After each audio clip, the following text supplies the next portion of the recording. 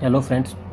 तो आज हम देखेंगे इलेक्शन कमीशन ऑफ इंडिया यानी भारत निर्वाचन आयोग और स्टेट इलेक्शन कमीशन यानी राज्य निर्वाचन आयोग। ये वीडियो हिंदी मीडियम वाले बच्चे भी देख सकते हैं और इंग्लिश मीडियम वाले बच्चे भी देख सकते हैं। तो ये बाइलिंगुअल होगा, इंग्लिश हिंदी मीडियम वाले बच्चों के लिए भी इसमें कोई प्रॉब्लम नहीं आएगी समझने में। तो चलिए शुरू करते हैं इसको। ये जो वीडियो है इसमें आप इलेक्शन कमीशन ऑफ इंडिया जो हम पढ़ने वाले हैं क्या क्या देखेंगे इस वीडियो में, हम इसको देख लेते हैं। सबसे पहली चीज़ हम डिस्कस करेंगे क्या होता है इलेक्शन कमीशन ऑफ इंडिया। आपने देखा होगा, तो सबसे पहले हम डिस्कस करेंगे क्या होता है इलेक्शन कमीशन ऑफ इंडिया। उसके बाद सेकंड हम डिस्कस करेंगे आर्टिकल्स क्या हैं, क्योंकि ये एक कॉन्स्टिट्यूशनल बॉडी है, संवैधानिक निकाय है, तो कुछ आर्टिकल्स तो होंगे कॉन्स्टिट्यूशन में इसके रिगार्डिंग, तो वो चीज़ देखेंगे हम। उसके बाद हम देखेंगे इसका स्ट्रक्चर क्या है, मीन्स इसमें कितने मेंबर्स होते हैं, कुछ इलेक्शन कमिश्नर भी होते हैं, कुछ एक चीफ इलेक्शन कमिश्नर भी होता है, वो भी देखेंगे हम। उसके बाद हम देखेंगे कि इनका जो इलेक्शन कमिश्नर जो मेंबर्स हैं इसके, इनका अपॉइंटमेंट कैसे होता है, इनको रिमूव करने की क्या प्रोसेस है। और उसके बाद हम देखेंगे कि जो अपना इलेक्शन कमीशन है उसका एक इम्पॉर्टेंट कैरेक्टरिस्टिक्स होता है कि उसकी स्वाधीनता, इंडिपेंडेंस, गवर्नमेंट उसमें इतना दखल नहीं दे सकती है। इसके बारे में भी हम देखेंगे क्या है ये कैरेक्टरिस्टिक्स। इसके कुछ फंक्शंस हैं, इलेक्शन कंडक्ट कराना और भी बहुत सारे फंक्शंस हैं, इनको भी हम देखेंगे। उसके पास पावर्स भी हैं, संविधान ने इसको बहुत सारी पावर्स दी हुई हैं, पावर्स भी डिस्कस करेंगे हम। फैक्ट्स कुछ डिस्कस करेंगे हम जो MPPSC के क्वेश्चन पेपर में आ सकते हैं, क्योंकि MPPSC ज़्यादातर फैक्चुअल क्वेश्चन पूछता है, तो ये फैक्ट्स आपको याद करना ज़्यादा ज़रूरी है। और प्रीवियस ईयर के कुछ क्वेश्चन जो हैं वो भी हम डिस्कस करेंगे। तो चलिए हम स्टार्ट करते हैं अपना फर्स्ट टॉपिक से। तो इलेक्शन कमीशन ऑफ इंडिया क्या है। इलेक्शन कमीशन ऑफ इंडिया, तो इलेक्शन कमीशन ऑफ इंडिया एक कॉन्स्टिट्यूशनल अथॉरिटी है। कॉन्स्टिट्यूशनल अथॉरिटी मीन्स ये एक संवैधानिक निकाय है। ओके, संवैधानिक निकाय है ये। संवैधानिक निकाय क्या होता है। संवैधानिक निकाय वो चीज़ होती है, वो इंस्टीट्यूशन होता है जिसके बनने के बारे में संविधान में लिखा है। मतलब किसी न किसी आर्टिकल में, संविधान में लगभग 400 आर्टिकल हैं अभी, तो उनमें से किसी न किसी आर्टिकल में लिखा होगा कि इलेक्शन कमीशन ऑफ इंडिया बनाया जाए। अगर ऐसा लिखा है तो इलेक्शन कमीशन ऑफ इंडिया संवैधानिक है। तो आर्टिकल 324 जो है उसमें लिखा हुआ है कि एक कमीशन होगा, इलेक्शन कमीशन ऑफ इंडिया जिसको हम कहेंगे, उसका काम होगा इलेक्शन कराना, उनको कंडक्ट करना, उनको ऑपरेशन सही तरीके से करना। तो मतलब इलेक्शन कमीशन ऑफ इंडिया का जिक्र संविधान में है, इसलिए एक संवैधानिक निकाय है। ठीक है, तो इलेक्शन कमीशन ऑफ इंडिया एक कॉन्स्टिट्यूशनल बॉडी है। ये बनी थी 25 जनवरी 1950 को। ये इंपॉर्टेंट फैक्ट है, आपको याद रखना है। ऐसे ही सेम टू सेम MPPSC में पूछा जा सकता है कि इलेक्शन कमीशन ऑफ इंडिया कब फॉर्म हुआ, कब कॉन्स्टिट्यूट हुआ। तो ये 25 जनवरी 1950 को बना। ओके, इसका हेड ऑफिस निर्वाचन भवन कहलाता है, दिल्ली में है। ये निर्वाचन भवन का ही फ़ोटो है, आप देख सकते हैं, निर्वाचन सदन। उसके बाद कॉन्स्टिट्यूशन में आर्टिकल है 324 से लेकर 329 तक, मीन्स 24, 25, 26, 27, 28, 29, 6 आर्टिकल्स हैं। ये 6 articles election commission of India से डील करते हैं, मतलब भारतीय निर्वाचन आयोग से डील करते हैं। 324 में है कि इलेक्शन कमीशन ऑफ इंडिया होगा, 325 में है कि इलेक्शन कमीशन ऑफ इंडिया जो है अपनी इलेक्टोरल रोल बनाएगा, मीन्स मतदाता सूची बनाएगा, और उसमें कास्ट, क्रीड, अपना धर्म, जाति वाति के आधार पर कोई भेदभाव नहीं करेगा। ऐसे 326 में है, 326 में है कि आपको एडल्ट फ्रेंचाइजी मतलब होता है कि एक पर्टिकुलर एज, जो भी एडल्ट हो चुके हैं, 18 साल से ऊपर हो चुके हैं, उनको सभी को वोट देने का अधिकार है। 326 में ये लिखा हुआ है। 327, 28, 29 में भी कुछ चीज़ें हैं, वो भी अपन डिस्कस करेंगे। तो ये आपने देख लिया overview election commission of India क्या होता है, एक कॉन्स्टिट्यूशनल बॉडी है, कब बनी है, ऑफिस कहाँ पर है, कौन कौन से आर्टिकल इससे रिलेटेड है, और 324 नंबर आर्टिकल। चलिए इसको अपन आर्टिकल्स को डिटेल में देख लेते हैं। आर्टिकल 324 जो है वो क्या बोलता है।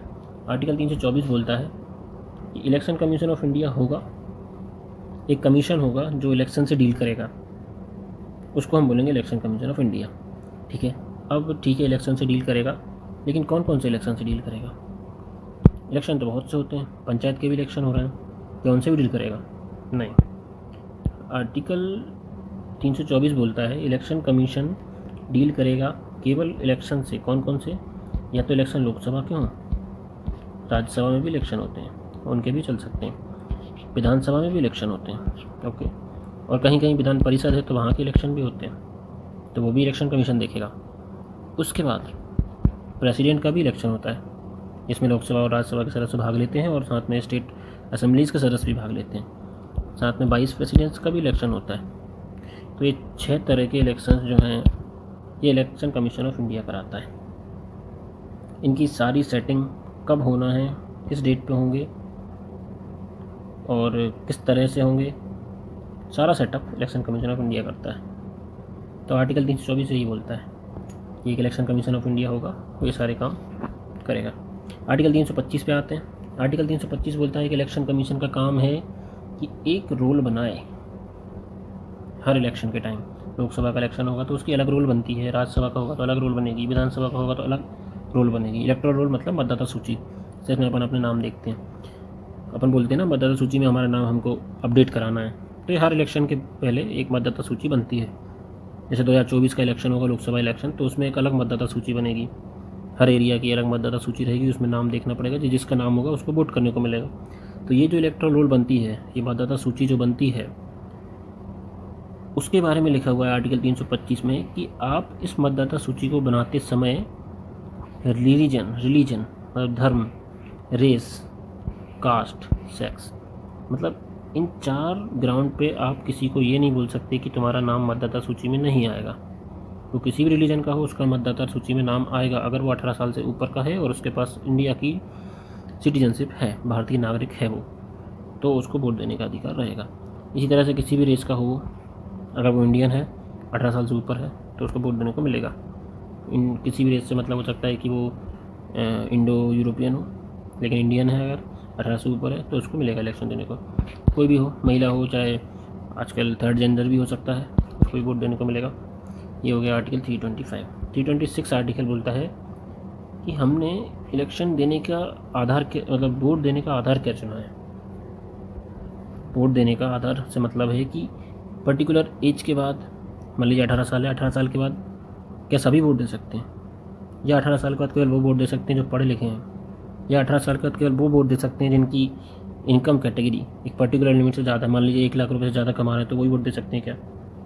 नहीं, हमने चुना है 18 साल से ऊपर अगर कोई भी है और वो भारतीय नागरिक है तो वो वोट दे सकता है। इस चीज़ को बोलते हैं adult suffrage, universal adult suffrage, universal adult suffrage. Okay, means 18 साल से कोई भी ऊपर है वो उसमें वोट दे सकता है। कुछ रिस्ट्रिक्शंस हैं, जैसे अगर वो जेल में है तो वो वोट नहीं दे सकता है, अगर कोई बंदा जेल में है तो वो वोट नहीं दे सकता है, अगर कोई पॉलिटिशियन जिसको 2 साल से ज़्यादा की सज़ा हुई है तो वो इलेक्शन में खड़ा नहीं हो सकता है। ये भी एक पॉइंट है, आप ध्यान रखिए। तो आर्टिकल 327 ये बोलता है। आर्टिकल 328 क्या बोलता है देख लेते हैं। आर्टिकल 328 बोलता है कि इलेक्शन से रिलेटेड कुछ भी अगर लॉ बनाना है, लोकसभा के इलेक्शन, राज्यसभा के इलेक्शन से रिलेटेड, इन जनरल किसी भी इलेक्शन से रिलेटेड अगर किसी को लॉ बनाना है कुछ भी, तो वो कौन बनाएगा? पार्लियामेंट। संसद के पास केवल अधिकार है इलेक्शन से रिलेटेड लॉ बनाने का। ओके, ये 327 है। 328 क्या बोलता है? स्टेट में भी इलेक्शन होते हैं, राज्य जो अपने सिविल इलेक्शन, सिविक बॉडी के होते हैं इलेक्शन, नगर पंचायत के, ग्राम पंचायत के, इनसे रिलेटेड हो गया तो स्टेट विधायिका बनाएगी, और स्टेट अपना लेजिस्लेचर से रिलेटेड भी बना सकती है अगर वहाँ पर पार्लियामेंट उसमें लॉ नहीं बना रही है तो, या फिर पार्लियामेंट से अगर स्टेट का लॉ कन्फ्लिक्ट करता है तो फिर पार्लियामेंट का लॉ चलेगा। ये तो जनरल सी बात है। आर्टिकल 329 देखते हैं। 329 बहुत इंपॉर्टेंट है। इलेक्शन होते हैं, आपको पता है इलेक्शन में बहुत सी भाग दौड़, आरोप प्रत्यारोप चलते रहते हैं। आरोप प्रत्यारोप होते हैं, किसी ने किसी को कुछ बोल दिया, किसी ने मानहानि का केस लगा दिया, किसी ने कम्युनल वायलेंस का केस लगा दिया। इलेक्शन के टाइम अगर ये इलेक्शन से रिलेटेड हैं, अगर ये आरोप प्रत्यारोप, तो इसके लिए एक अलग से इलेक्शन पिटीशन आपको लगानी होगी। आप जनरली नॉर्मल आप, हाँ थोड़ा माफ़ कीजिएगा, थोड़ा सा ग्लिच आ गया था टेक्निकल। तो आर्टिकल 329 ये बोलता है कि इलेक्टोरल मैटर्स में नो इंटरफेरेंस बाय कोर्ट। कब तक? जब तक इलेक्शन चल रहे हैं। ये कन्वेंशन हो गया है कि जुडिशरी जो है, हमारी न्यायपालिका है, अगर कोई इलेक्शन चल रहा है, मान लीजिए विधानसभा का कोई इलेक्शन चल रहा है, वो मार्च में चल रहा है, मान लीजिए मार्च 2021 में इलेक्शन चल रहा है, पूरे मार्च चलेगा, तो कोई भी केस अगर आता है न्यायपालिका में, तो ये कन्वेंशन बना लिया है, एक नीति बना ली, रीति बना ली है न्यायपालिका ने कि पूरे मार्च में, और जब तक मान लीजिए 10 अप्रैल को इसका रिजल्ट आ गया, तो 10 अप्रैल तक, मतलब पूरे मार्च 10 अप्रैल, इन 40 दिन तक वो इन केसेस के ऊपर सुनवाई नहीं करेगा। ये इसलिए किया है ताकि इलेक्शन कमीशन ऑफ इंडिया को ज़्यादा डिस्टर्बेंस ना हो, उस पर ज़्यादा फ़र्क ना पड़े अपने कामकाज पे उसके, इसलिए 10 अप्रैल के बाद ये चीज़ें रेगुलरली कोर्ट एंटरटेन करता है। इस तरह से इलेक्शन का रिजल्ट आने के बाद नॉर्मल प्रोसेस चालू हो जाती है जुडिशरी की। तो ये रहे इसके सारे आर्टिकल 324, 325, 326, 7, 8 एंड 9। अब हम देख लेते हैं आइए स्ट्रक्चर के बारे में। स्ट्रक्चर से जुड़ी एक बहुत ही इंटरेस्टिंग कहानी है, आपको सुनने में भी मज़ा आएगा। आपको पता होगा कि पहले जो बना था इलेक्शन कमीशन 1950 में बना था, अपन जैसे कभी देखा 25 जनवरी को 1950 को बना था इलेक्शन कमीशन। तो ये जो बना था जब, तो ये सिंगल मेंबर बॉडी था, मतलब इसमें इलेक्शन कमीशन ऑफ इंडिया में उस टाइम केवल एक चीफ इलेक्शन कमिश्नर ही होते थे, बस केवल चीफ इलेक्शन कमिश्नर होते थे, जो कि पहले थे सुकुमार सेन। आपको ये भी याद होना चाहिए, सुकुमार सेन 1950 से 58 तक रहे हैं आई थिंक। तो ये पहले थे, केवल एक मेंबर बॉडी होती थी इलेक्शन कमीशन ऑफ इंडिया, मतलब चीफ इलेक्शन कमिश्नर अकेला। ये कब तक चला? 89 तक। अब 89 के बाद ऐसा क्या हुआ कि इसको मल्टी मेंबर बॉडी बनाना पड़ा। आज आप देखते हैं इलेक्शन कमीशन ऑफ इंडिया में election commissioner, chief election commissioner हैं, इलेक्शन कमिश्नर हैं 2, टोटल 3 मेंबर हैं। तो इसको एक इलेक्शन, ये जो था चीफ इलेक्शन कमिश्नर अकेला था 89 तक, उस पर 3 बने। क्या कारण रहा? तो इसका कारण ये है, ये साहब TN शेषान साहब, ये IAS ऑफिसर थे, 1990 से 1996 तक ये इलेक्शन कमिश्नर हैं, चीफ इलेक्शन कमिश्नर। अब इन्होंने क्या किया, इंडिया में इलेक्ट्रल रिफॉर्म, आज हम जितनी भी बातें करते हैं इलेक्ट्रल रिफॉर्म के बारे में, जैसा कि हमारा मॉडल कोड ऑफ कंडक्ट हो गया, जैसा कि हमारा हो गया एक्सपेंसेस जो हमारे नेता लोग करते हैं अपने प्रचार में, उसके बाद लिकर जो खूब चलता था, मतलब दारू वगैरह बांटी जाती थी, वो सब चीज़ें, ये सारी चीज़ें इन महाशय ने बंद कराई। 1990 से 1996 तक ये रहे हैं, तो इन्होंने बहुत से रिफॉर्म्स लागू किए। मॉडल कोड ऑफ कंडक्ट इन्होंने चालू कराया। इन्होंने कहा कि नेताओं, जो भी कैंडिडेट्स हैं, उनको अपना अकाउंट देना पड़ेगा, कितना खर्च कर रहे हैं, पैसा कहाँ से आ रहा है, आपने ओवर खर्च तो नहीं किया। लिमिट लगा दी इन्होंने, जो कि आज भी है, कुछ लाख रुपए, 25 लाख रुपए, 30 लाख रुपए है पर कैंडिडेट, ये भी लगाई इन्होंने। तो ये सब, इसका श्रेय सारा इन्हीं को जाता है। इन्होंने इलेक्ट्रल रिफॉर्म बहुत सारी की है। हम इंडिया का जो पूरे इलेक्शन प्रोसेस है उसको साफ़ सुथरा बनाने में TN शेषन साहब का बहुत बड़ा योगदान रहा है। तो ये रहे TN शेषन साहब। अब हुआ क्या, इनके रिफॉर्म से गवर्नमेंट को बड़ी दिक्कत आ गई। इन्होंने जो रिफॉर्म बनाए, इन्होंने जो रिफॉर्म किए, इन्होंने रिफॉर्म जो किए हैं उसमें बहुत से कैंडिडेट को इन्होंने डिस्क्वालीफाई कर दिया। लगभग 10 से 15 हज़ार कैंडिडेट्स जो उस टाइम खड़े हुए थे इलेक्शन में, इन्होंने उनको डिस्क्वालीफाइड कर दिया। किसी ने अपना एक्सपेंस, किसी ने ज़्यादा खर्च कर दिया इलेक्शन जीतने में, किसी ने अपना अकाउंट ही नहीं दिया इलेक्शन का, किसी के पास कुछ दागी थे, मतलब कुछ कोर्ट में है, कुछ केस चल रहे हैं, कुछ पे पनिशमेंट डिक्लेयर हो गई है, तो इन्होंने उनके जो उनका इलेक्शन लड़ने का जो मोटिव था उसको कैंसिल कर दिया, उनको क्वालिफाई नहीं करने दिया इलेक्शन लड़ने के लिए। तो गवर्नमेंट बड़ी परेशान हो गई। फिर उसने क्या किया, उसने चीफ इलेक्शन कमिश्नर की पावर को डाइल्यूट करने के लिए उसमें 2 इलेक्शन कमिश्नर और जोड़ दिए। अब वो कैसे जोड़े हैं, आपने पीछे देखा है आर्टिकल 324 में लिखा है कि एक इलेक्शन कमिश्नर इंडिया होगा, एक इलेक्शन कमीशन होगा, जिसको हम बोलेंगे इलेक्शन कमीशन ऑफ इंडिया। और उसमें लिखा हुआ है कि इस कमीशन में मेंबर कितने होंगे। इसमें लिखा हुआ है कि इस कमीशन में मेंबर उतने होंगे जितना प्रेसिडेंट कहेगा, ओके। और प्रेसिडेंट जितना चाहे उतने मेंबर इसमें हो सकते हैं। प्रेसिडेंट चाहे मतलब प्राइम मिनिस्टर, या फिर उसके मेंबर कैबिनेट चाहे, प्रेसिडेंट तो कुछ चाहता नहीं है। तो कैबिनेट जितने चाहे उतने मेंबर होंगे इसमें। अब सेशन साहब अपनी पावर बढ़ाते जा रहे थे, तो प्राइम मिनिस्टर और कैबिनेट ने क्या किया, मेंबर्स को इलेक्शन कमीशन में बढ़ा दिया, और मेंबर्स को बढ़ा के कितना कर दिया, 3। अब 3 मेंबर्स हुए तो उससे क्या हुआ, 3 मेंबर हुए और डिसाइड ये किया गया कि तीनों मेंबर जो हैं, कोई भी डिसीजन लेगा इलेक्शन कमीशन ऑफ इंडिया तो मेजोरिटी बेसिस पे लिया जाएगा। मेजोरिटी बेसिस पे लिया जाएगा मतलब कम से कम 2 लोगों की राय तो होनी चाहिए। अभी TN सेशन साहब काम कर रहे थे अकेले, एक छत्र, कि जो उन्हें लगा ठीक उन्होंने वो किया, लेकिन अब ऐसा नहीं चल सकता, साथ में इन दोनों में से एक किसी की सहमति जरूरी थी। तो ये इस तरह से election commission of India single member body से मल्टी मेंबर बॉडी बन गई, और ये हुआ 1989 में। ओके, तो आज तक ये 3 मेंबर बॉडी ही है, आज भी 3 मेंबर हैं, एक चीफ इलेक्शन कमिश्नर है और 2 इलेक्शन कमिश्नर हैं।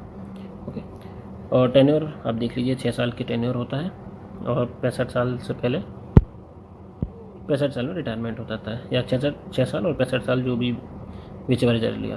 ओके, ये हो गया। अब हम देखते हैं इसके आगे का portion, appointment and removal. Okay, appointment and removal पे चलते हैं। चीफ इलेक्शन कमिश्नर और इलेक्शन कमीशन में, चीफ इलेक्शन कमिश्नर और इलेक्शन कमिश्नर दोनों ही अपॉइंट किए जाते हैं प्रेसिडेंट के द्वारा। एक कमेटी होती है जिसमें प्राइम मिनिस्टर होते हैं, जिसमें लोकसभा के अपोजिशन मेंबर होते हैं, लीडर होते हैं लोकसभा अपोजिशन, जिसमें लोकसभा के अपने स्पीकर भी होते हैं। एक कमेटी होती है ये कमेटी डिसाइड करती,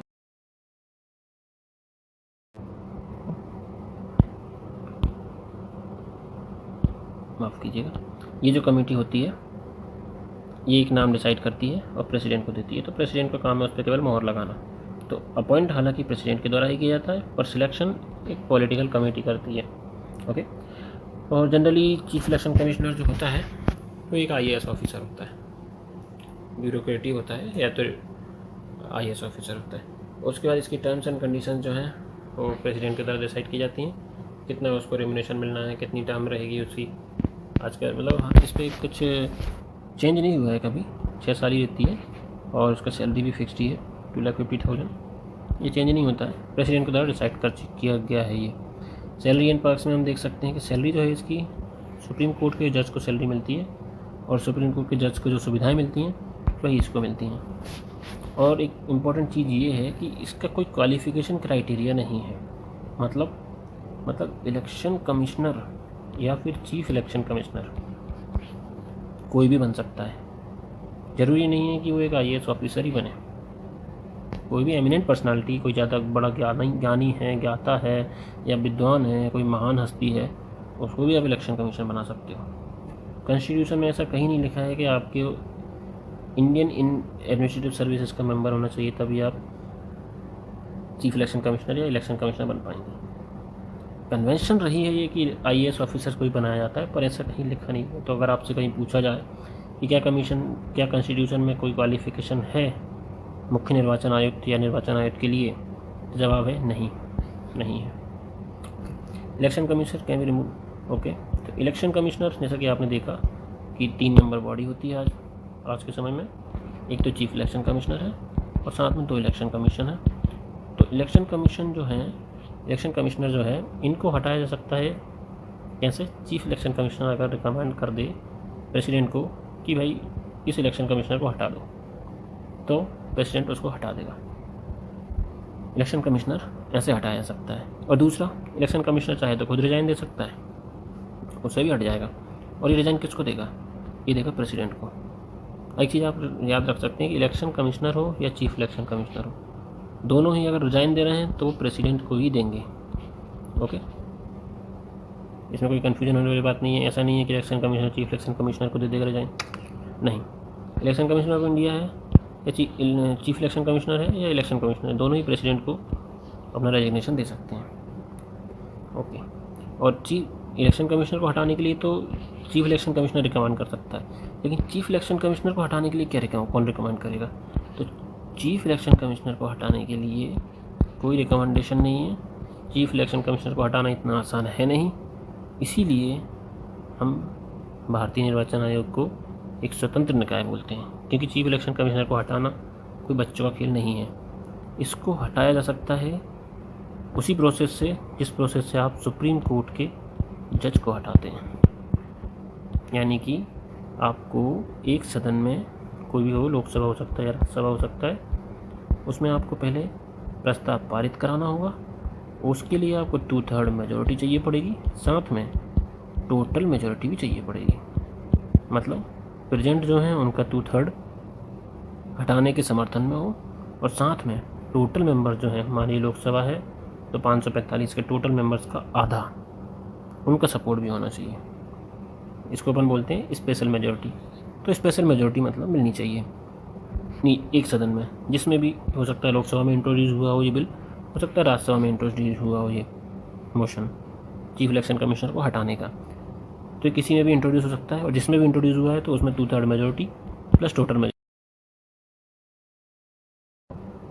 होना जरूरी है, तभी उस सदन से पास माना जाएगा वो। उसके बाद ये जाएगा दूसरे सदन में। दूसरा सदन क्या करेगा, जो भी इस पर चीफ इलेक्शन कमिश्नर पर जो भी आरोप लगे हैं उनकी जांच करेगा वो। और यही वो स्टेज है जहाँ पे चीफ इलेक्शन कमिश्नर खुद भी अपने बचाव में कुछ कह सकता है। तो ये जांच होगी राज्यसभा के द्वारा, और राज्यसभा ने जांच करते टाइम अगर पाया कि हाँ जो भी एलिगेशंस लगे हैं, जो भी आरोप लगे हैं वो सही हैं, तो फिर वही स्पेशल मेजॉरिटी मिलनी चाहिए राज्यसभा में भी। मतलब 2/3 of present and voting plus total membership का आधा, टोटल का आधा, मीन्स ये हो गया आपका स्पेशल मेजॉरिटी। अगर ऐसा हुआ तो राज्यसभा से भी पास हो जाएगा मोशन।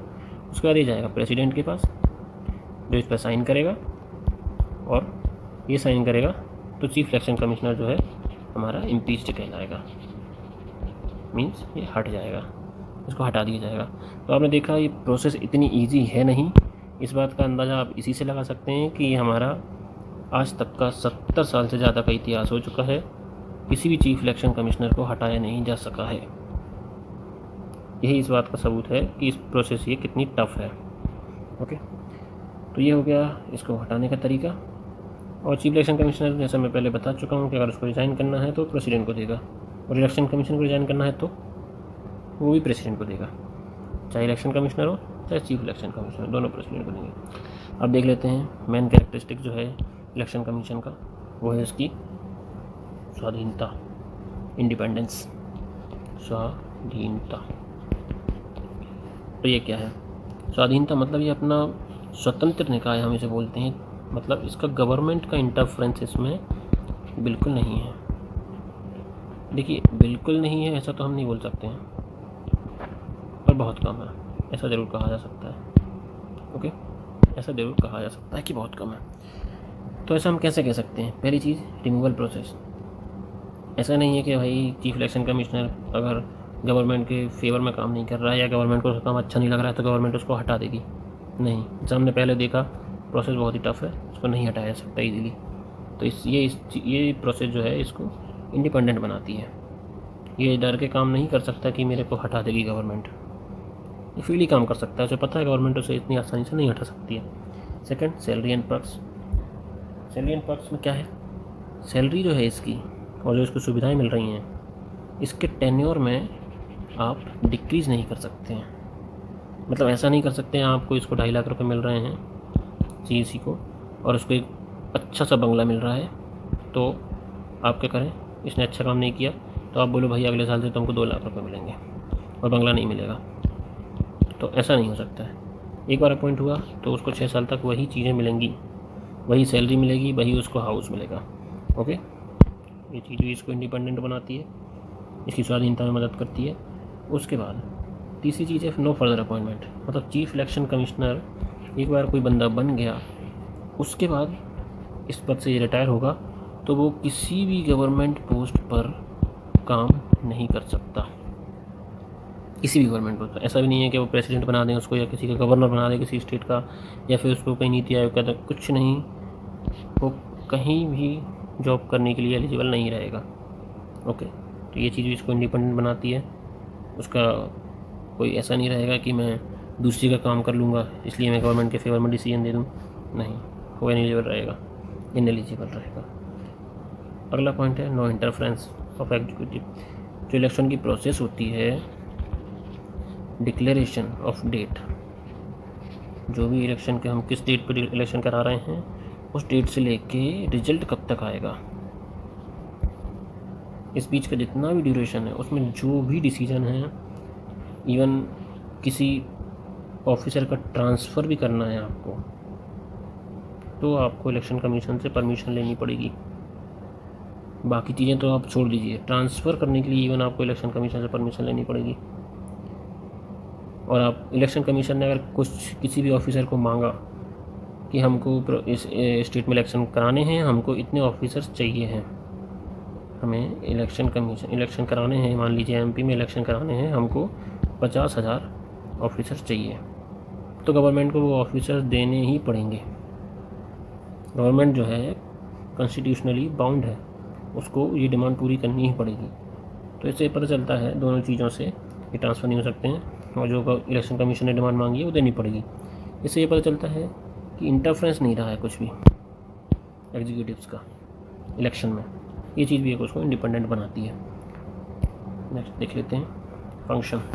इलेक्शन कमीशन जो है, इसके फंक्शंस क्या क्या हैं।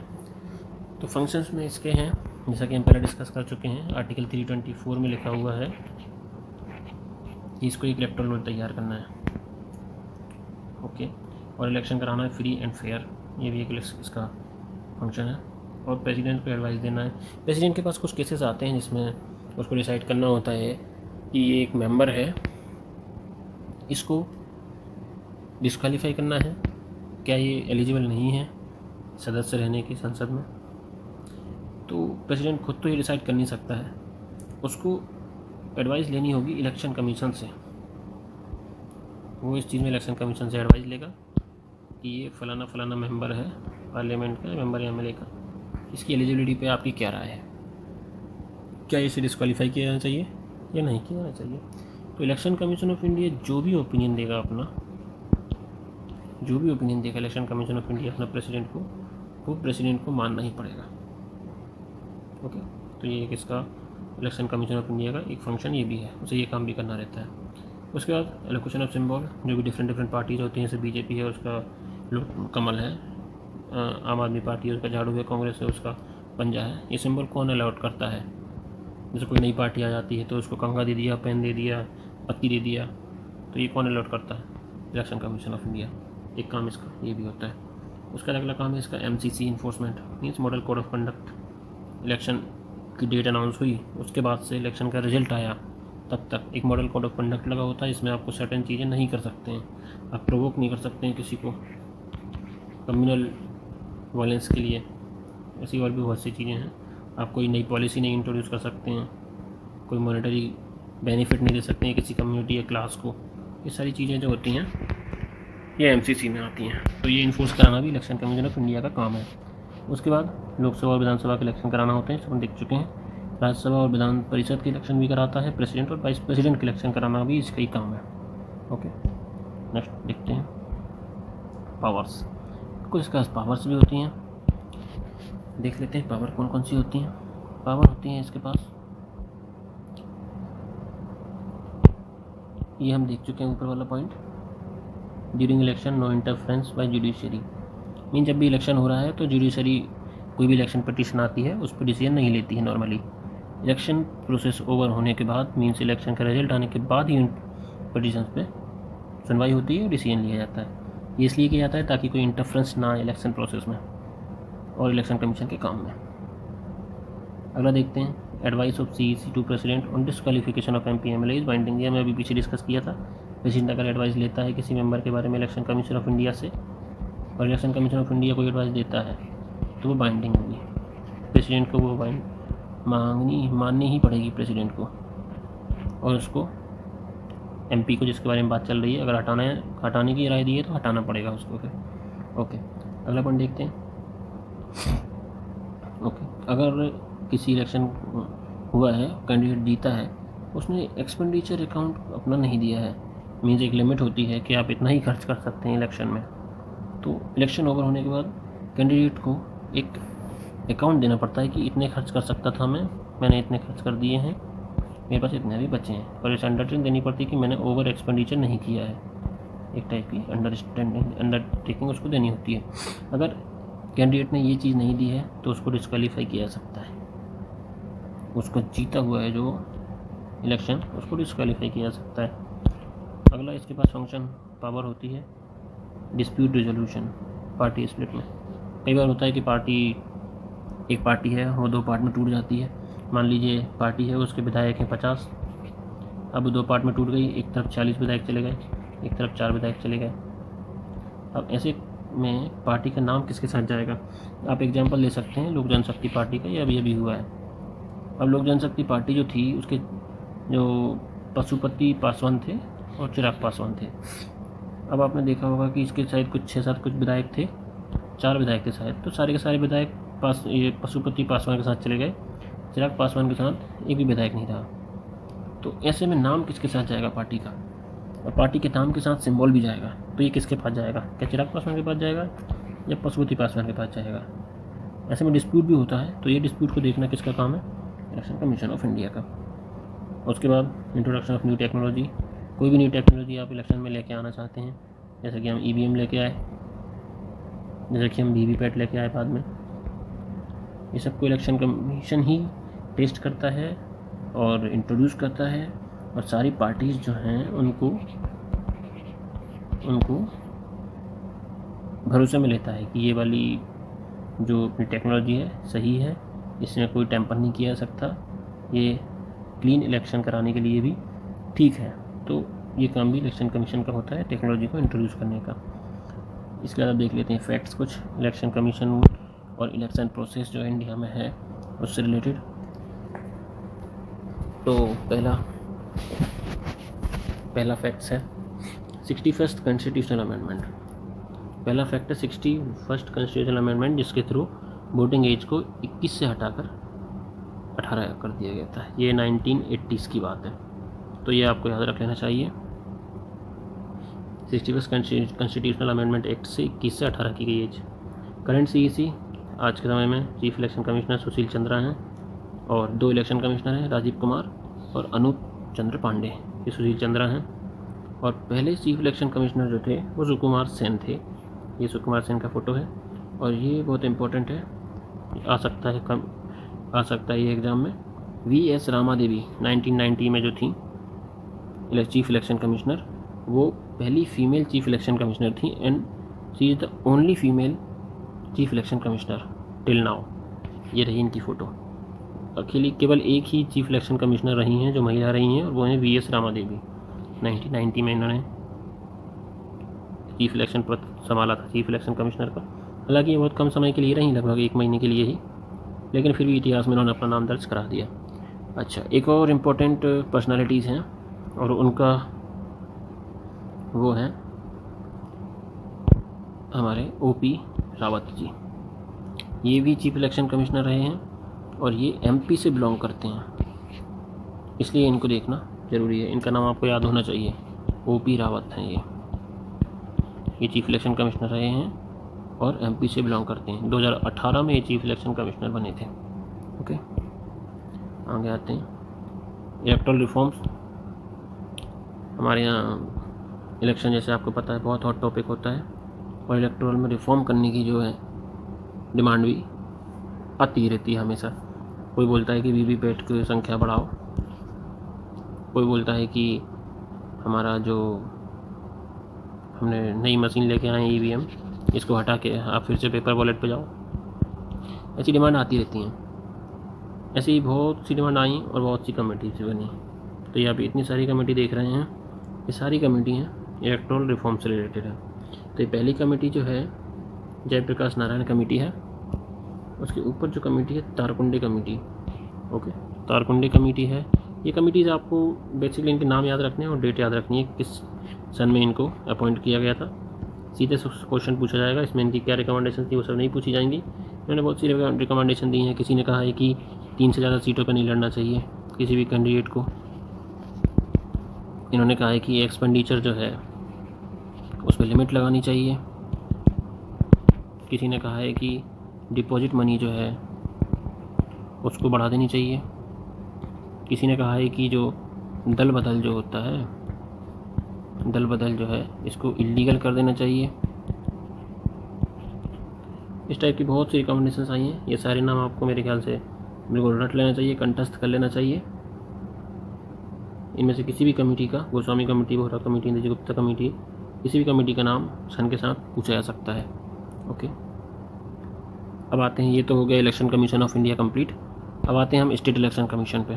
तो स्टेट इलेक्शन कमीशन की बात करें तो आपको पता होगा 73rd कॉन्स्टिट्यूशनल अमेंडमेंट एक्ट आया और 74th कॉन्स्टिट्यूशनल अमेंडमेंट एक्ट आया। ये बात है 1993 की। इनके दोनों के थ्रू क्या बनाया गया? ग्राम पंचायत और नगर पंचायत। अब इन दोनों को बनाया गया तो इनके इलेक्शन भी होंगे। अब इनके इलेक्शन पंच चुना जाता है ना, नगर पंचायत में पार्षद भी चुने जाते हैं और चेयरमैन वगैरह भी चुने जाते हैं, तो इनके इलेक्शन कराने की जिम्मेदारी किसकी है? तो फिर कॉन्स्टिट्यूशन ने एक बॉडी बनाई आर्टिकल 243 के में। आर्टिकल 243 के अंडर एक बॉडी बनाई जाएगी, उसको बोलेंगे chief election commission, state election commission sorry. इस स्टेट इलेक्शन कमीशन का काम रहेगा सिविक पोल्स, सिविक बॉडी जो है, जैसे कि हमारी ग्राम पंचायत है, हमारी नगर पंचायत है, इनके इलेक्शन कराना इसका काम है। ओके, तो एमपी में जो स्टेट इलेक्शन कमीशन है वो 1994 में बना 1 फरवरी को। और बाकी आपको प्रेसिडेंट जो है इलेक्शन कमीशन ऑफ इंडिया में, जो प्रेसिडेंट है उसको आपको गवर्नर से रिप्लेस कर देना है, और जो चीफ मिनिस्टर है उसको पीएम जो है वो चीफ मिनिस्टर से रिप्लेस हो जाएगा।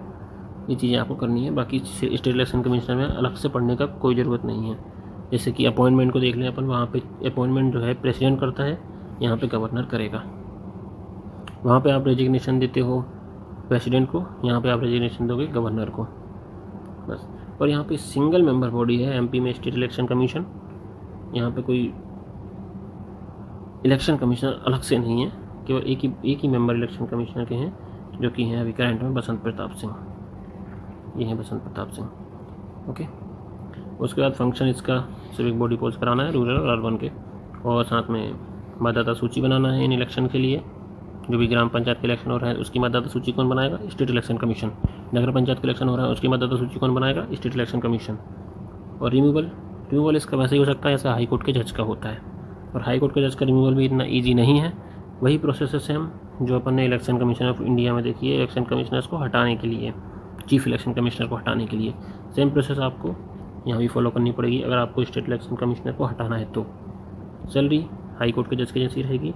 टेन्योर जैसा भी लेजिस्लेटिव लॉ दे देता है, हमारे यहाँ 6 साल की है। एमपी में स्टेट इलेक्शन कमिश्नर की जो टेन्योर है वो है 6 साल। ओके, ये हो गया। करंट हमारे आज के टाइम में जो चीफ इलेक्शन कमिश्नर हैं स्टेट इलेक्शन कमिश्नर के जो हैं एमपी में, वो हैं बसंत प्रताप सिंह। ये इनकी फ़ोटो है। ओके, और एक बड़ा फैक्चुअल सा डेटा है, वो है ये वाला डेटा। आपको जितने भी इलेक्शन कमिश्नर रहे हैं अभी तक एमपी के, एन बी लोहानी हो, गोपाल शरण शुक्ल हो, आदित्य विजय सिंह हो, अजीत राय यादव हो, परशुराम हो, ये 5 के नाम आपको याद होने चाहिए। ये क्वेश्चन में पूछा जा सकता है। इसके बाद हम देखते हैं पिछले साल के क्वेश्चंस। तो पिछले साल के क्वेश्चंस अब आप करने के बिल्कुल कर सकते हैं। जितना भी हमने देखा है, इससे आपका इलेक्शन कमीशन से रिलेटेड कोई भी क्वेश्चन आता है तो आप बिल्कुल 99% मान के चलिए आप कर देंगे। 1% तो फिर भी चांस हमेशा रहता है, और अगर आप 99% क्वेश्चन कर पा रहे हैं तो 1 से 1% को आप ध्यान नहीं देना है। ये क्वेश्चन आप कर सकते हैं। तो जो क्वेश्चंस हैं, जो आए हैं क्वेश्चन पिछले टाइम में, उनको हम देख लेते हैं। रेजिग्नेशन से रिलेटेड क्वेश्चन आया है कि इलेक्शन कमिश्नर जो है वो किसको रिजाइन करता है, तो ये प्रेसिडेंट को रिजाइन करता है, हमने भी देखा है। ओके, सैलरी किसके इक्विवेलेंट होती है? तो इलेक्शन कमिश्नर जो है उनकी जज की इक्विवेलेंट होती है। जो जज कौन सा? सुप्रीम कोर्ट का। और स्टेट इलेक्शन कमिश्नर है तो उसका जो है हाई कोर्ट के जज की इक्विवेलेंट होती है। ये भी हम देख चुके हैं। टर्म्स 6 ईयर की होती है, ये क्वेश्चन भी आया है कितनी टर्म्स होती है। टर्म ऑफ द ऑफिस कितने साल की होती है? 6 ईयर और 65 ईयर्स ऑफ एज। ओके, अब उसके बाद हम देख लेते हैं एमपी स्टेट इलेक्शन कमीशन कब कंस्टिट्यूट हुआ। तो ये एक टॉपिक है, एक फैक्चुअल डेटा है। 1 फरवरी को एमपी का स्टेट इलेक्शन कमीशन बना था। ये इसका ईयर मैं भूल रहा हूँ, आई थिंक 1993 होगा। तो 1 फरवरी 1993 को election commission, state election commission constitute हो गया था और स्टेट इलेक्शन कमीशन के जो कमिश्नर थे उन्होंने ज्वाइन किया था 14 फरवरी को। तो ऑफिस की बात कर रहे हैं तो 14 फरवरी को बना है, लेकिन state election commission as institute बना है 1 फरवरी 1993 को। ओके, पहले जनरल इलेक्शन इंडिया में कब हुए हैं, ये भी एक क्वेश्चन है। तो 1952 में हुए हैं। ओके, फर्स्ट इलेक्शन कमीशन 1950 में बन गया था। उसके बाद अपना पीपल्स रिप्रेजेंटेटिव एक्ट आया 1950, एक बार 1951 आया, इसमें रूल्स रेगुलेशंस बने और फिर 1952 में इलेक्शन हुआ। ओके, तो ये हमारा इलेक्शन कमीशन से रिलेटेड जितना भी टॉपिक था सारी चीज़ें कंप्लीट हो चुकी हैं। आपका एक क्वेश्चन पक्का हो चुका है कंप्लीट। आप इतना पढ़ लेंगे तो इलेक्शन कमीशन से रिलेटेड कोई भी क्वेश्चन आपसे बन जाएगा। Okay, I hope you find this video useful. अगर ऐसा है तो प्लीज़ लाइक कीजिए, कमेंट कीजिए और सब्सक्राइब कीजिए मेरे चैनल को। मैं आगे भी ऐसे वीडियो और बनाता रहूँगा। Thank you.